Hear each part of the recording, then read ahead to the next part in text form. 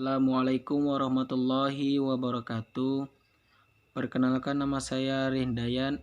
Saya dari prodi 3 PAI A2. Baik, di sini saya akan mempresentasikan makalah kelompok 1 yang berjudul Aliran Idealisme dan Realisme. Kita langsung masuk ke pembahasan awal, yaitu pengertian aliran idealisme. Idealisme merupakan salah satu aliran yang dianggap memiliki pengaruh penting dalam dunia pendidikan. Meskipun demikian, aliran ini kurang diakui pada abad ke-20 dibandingkan pada abad-abad sebelumnya. Akan tetapi, gagasan-gagasan aliran idealisme masih merembes ke dalam pemikiran pendidikan barat. Aliran idealisme ini dipopulerkan oleh Plato pada tahun 427 sampai 347 sebelum Masehi. Plato berpendapat bahwasanya kebenaran-kebenaran bersifat universal pada setiap aspek kehidupan, termasuk ke dalam politik, agama, etika, dan pendidikan. Idealisme ini merupakan suatu aliran yang memiliki pandangan bahwasanya hakikat segala sesuatu ada pada tataran ide. Realitas yang terwujud sebenarnya lebih dulu dalam realitas ide dan pikiran, bukan pada hal yang bersifat materi. Meskipun demikian, idealisme tidak mengingkari adanya bersifat materi, merupakan hal luar apa yang disebut hakikat ke dalam, yakni akal ataupun ruh dan nilai. Dengan demikian, idealisme sering menggunakan akal, budi, ruh, dan nilai. Tim yang meliputi hal yang bersifat ruh, akal, nilai, dan kepribadian. Idealisme dipercaya bahwa waktu suatu objek adalah spiritual, non-material, dan idealistik. Konsep pendidikan idealisme. Tujuan pendidikan menurut aliran idealisme terbagi menjadi 3, yaitu tujuan untuk individual, tujuan untuk masyarakat, dan tujuan untuk berkaitan dengan Tuhan. Pendidikan untuk individualisme di sini antara lain persetaraan didik maupun menjadi kaya, memiliki kehidupan yang bermanfaat, memiliki kepribadian yang harmonis dan penuh warna, hidup bahagia. Mampu berbagi tekanan hidup, pada akhirnya diharapkan mampu membantu individu lainnya. Baik, tujuan kehidupan masyarakat ialah perlunya persaudaraan sesama manusia, karena spirit persaudaraan terkandung suatu pendekatan seorang kepada yang lain. Seseorang yang sekedar hak pribadinya, namun hubungan manusia yang satu dengan yang lainnya terbingkai dalam hubungan kemanusiaan yang satu dengan yang lainnya, saling penuh pengertian dan rasa menyayangi individu dan sosial, sehingga terekspresi dalam kehidupan berkaitan dengan Tuhan. Tokoh-tokoh aliran idealisme yang pertama yaitu Plato pada tahun 477 sampai 347 sebelum Masehi.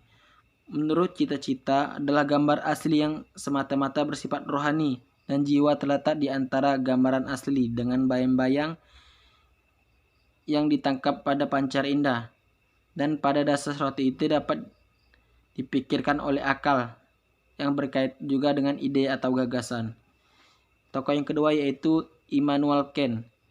Ia menyebut filsafat idealis, transmental, dan idealis kritis, di mana paham ini menyatakan bahwa isi pengalaman langsung yang kita peroleh tidak dianggap sebagai milik diri sendiri, melainkan ruang waktu yang dimaksud adalah sesuatu yang dapat membantu kita untuk membangun intuisi kita.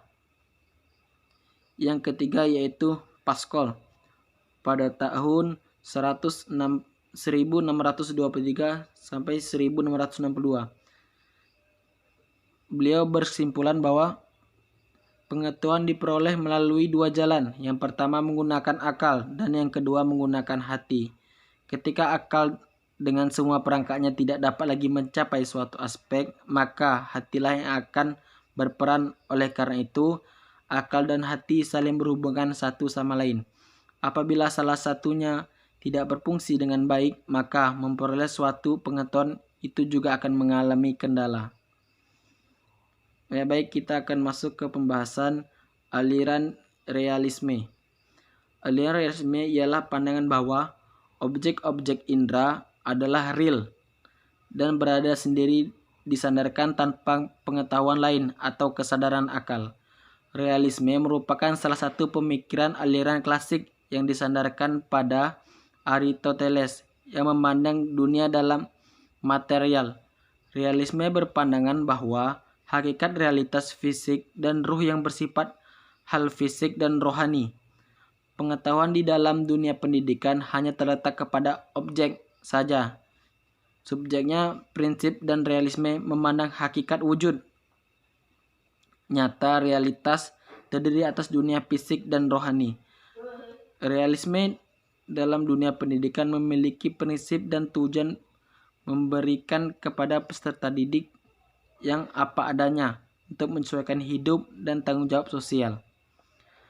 Realisme sangat memandang dalam sebuah pendidikan karena realisme sendiri memiliki tujuan di dalam pendidikan, yaitu dengan mengembangkan kemampuan intelektual dan ingin memfokuskan pendidikan pencari kebenaran melalui terhadap dunia fisik informasi yang berubah-ubah agar dapat mengatasi situasi terkini, membalikan kemampuan, dan dapat memecahkan masalah yang ada.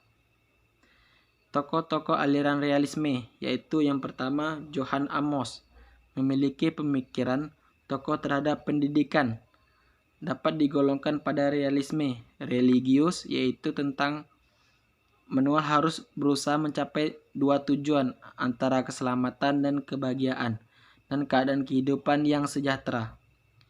Yang kedua yaitu Francis Bacon, sesuai dengan dasar filosofi realisme bahwa kebenaran ada pada objek yang diukur dari uji.